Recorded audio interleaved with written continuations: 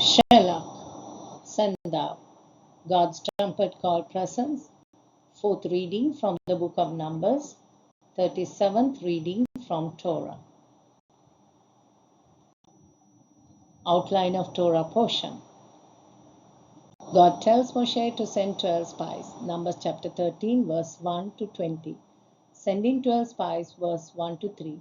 The Lord spoke to Moshe saying, send men to spy out the land of Canaan, which I am giving to the children of Israel. From each tribe of their fathers you shall send a man, everyone a leader among them. The spies were on a reconnaissance mission and was sent from the wilderness of Paran to the land of Canaan. They would investigate the land of Canaan, its population centers, agriculture, and military fortifications. They spent 40 days exploring before returning to give their report of findings to the children of Israel. The 12 men were chosen as spies. Here are their names, verse 4 to 16. Reuben, Shammua ben Zakar. Simeon, Shaphat ben Hori. Judah, Caleb ben Jephunneh. Issachar, Igal ben Joseph. Ephraim, Hosea ben Nun, better known as Joshua. Benjamin, Palti ben Raphu. Zebulun, Gadiel ben Sodi. Manasseh, Gadi ben Susi. Dan, Ammiel ben Gemali. Asher, Sethu ben Mikael. Naphtali, Nabi ben Wofsi. God, Gad. Guel ben Maki. Moshe called Hoshea the son of Nun, Joshua. Numbers chapter 13 verse 16. He was from the tribe of Ephraim. He was Moshe's personal servant since youth. Moshe renamed him by adding a letter Yod in front of his name. Joshua means salvation. Yehoshua means Yahweh is salvation. The report of the spies, Numbers chapter 13 verse 21 to chapter 14 verse 7. 12 spies in the promised land, verse 21 to 25. The 12 spies went up and spied out the land from the wilderness of Zin to Rehob, near the entrance of Hamath. They went up through the south and came to Hebron. God promised to give Abraham the land of Canaan, but he only owned the burial cave of Hebron. No mention is made of the tombs of Abraham, Sarah, Isaac, and Rebekah, Jacob, and Leah. For the first time, descendants of Anak are mentioned. They were fierce warriors. 2 spies came to the valley of Eshcol, not far from where the patriarchs were buried. They found rich vineyards from which they cut a cluster of grapes so large that it needed to be carried on a pole between them. They also brought pomegranates and figs. Hebrew word for cluster is Eshcol, and the place is called the Valley of Eshcol. It took 40 days for the 12 spies to spy out the land. They covered 250 miles, about 400 kilometers in this tour. The report concerning the promised land, verse 26 to 29. They departed and came back to Moshe and Aaron and the congregation of the children of Israel in the wilderness of Paran at Kadesh. They showed and spoke to the congregation what they saw in the land. 10 spies gave bad reports. They told the congregation, truly it flows with milk and honey. Nevertheless, the people who dwell in the land are strong. Cities are fortified and large. Descendants of Anak are there.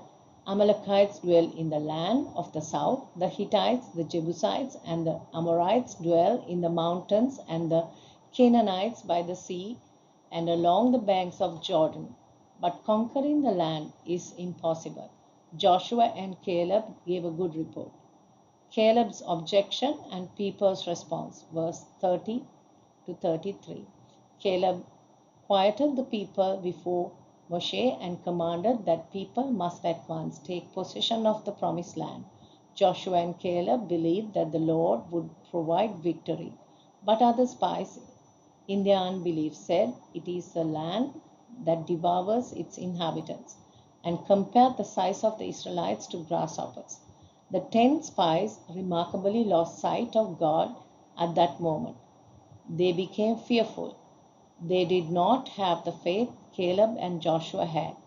Caleb and Joshua were rooted in faith by trusting God and in the promise he has given. Rebellion of Israel at Kadesh Barnea, verse 1 to 7. So all the congregation wept that night. They complained against Moshe and Aaron.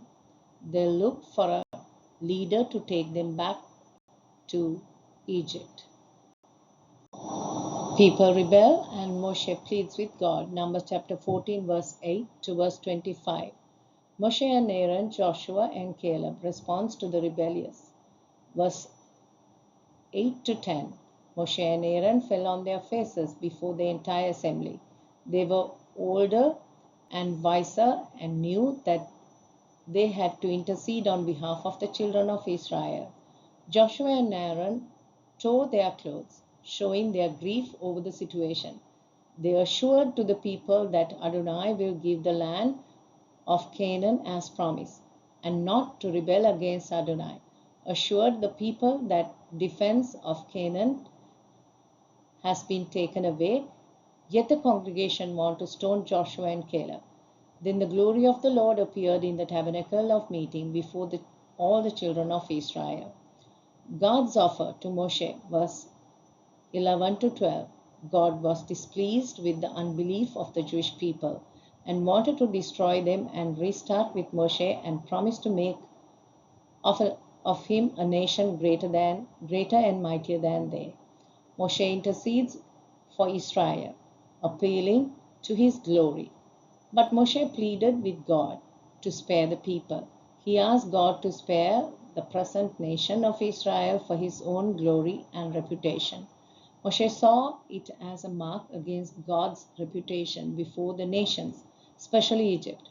The nations could claim that God was not able to bring his people to the land. Moshe intercedes for Israel, appealing to God's power and promise, verse 17 to 19. Moshe continued to intercede, this time appealing to God's power and promise. He pleaded for the children of Israel based on God's revelation of himself to him, as he revealed himself in Exodus chapter 34, verse 6 to 8. Moshe prayed to pardon the iniquity of this people according to the greatness of his mercy. God's promise to pardon and fate of the rebels and fate of the faithful, verse 20 to 25. God accepts Moshe's prayer. The Lord said, I have pardoned according to your word. The Lord said, Israelites have put me to test these 10 times, in contrast to the 10 plagues that God brought against the Egyptians. The Lord decreed that those who rebelled against God's promise, those who put him to test, shall not see the promised land, only exception being Joshua and Caleb. God directed Moshe to turn the congregation away from the promised land and return to the wilderness.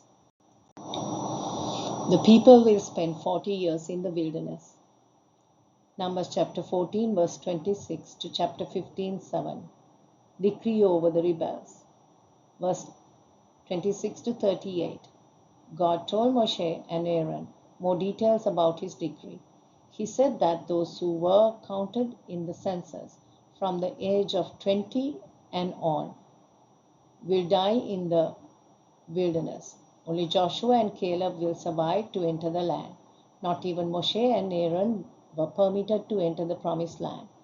The little ones, whom they thought will be victims, will enter the promised land. The punishment was 1 year in the wilderness for each day that they spied the land. The 10 spies who brought the evil report died immediately in a plague.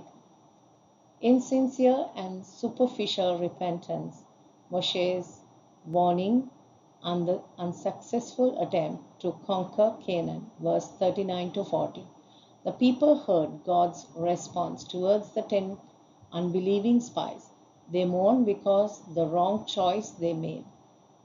They rose in the morning and presented themselves to Moshe and God and said that they will go to the place the Lord has promised, and offered a confession of sin. But Moshe said, "Why do you transgress the command of the Lord? For this will not succeed." Moshe said, "Since they turned away from the Lord will not be with them." The unsuccessful attempt to conquer Canaan, verse 44 to 45. Israel hoped to conquer Canaan without God's presence and help.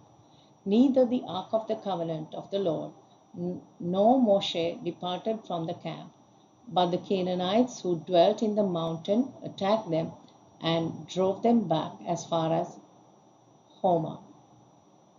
Their attempt to go in their own wisdom and strength failed. Laws about meal offerings, chapter 15, verse 1 to 7. In chapter 15, the Torah conveys some laws that relate to the land of Israel. It is also an assurance to the children of Israel that they will eventually enter the land of Israel. The first laws are about the meal, wheat offerings and wine offerings that accompany animal offerings.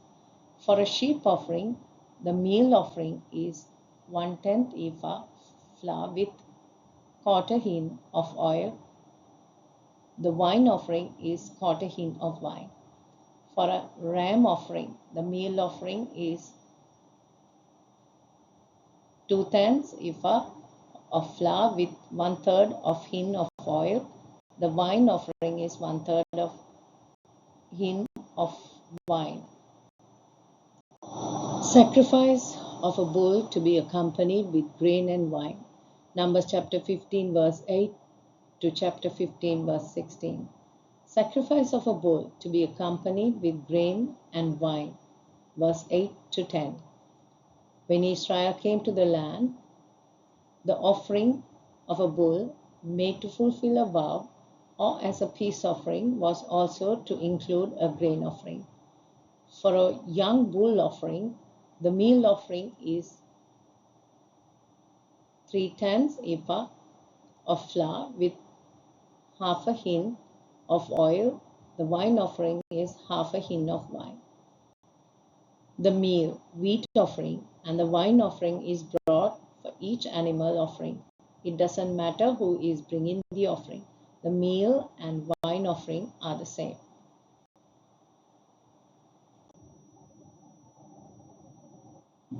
A heave offering of thanksgiving to the Lord. Numbers chapter 15 verse 17 to 26. A heave offering of thanksgiving to the Lord. Verse 17 to 21. Once again, immediately after the failure to enter Canaan by faith, God gave these laws to Israel that were to be obeyed when they come to the land.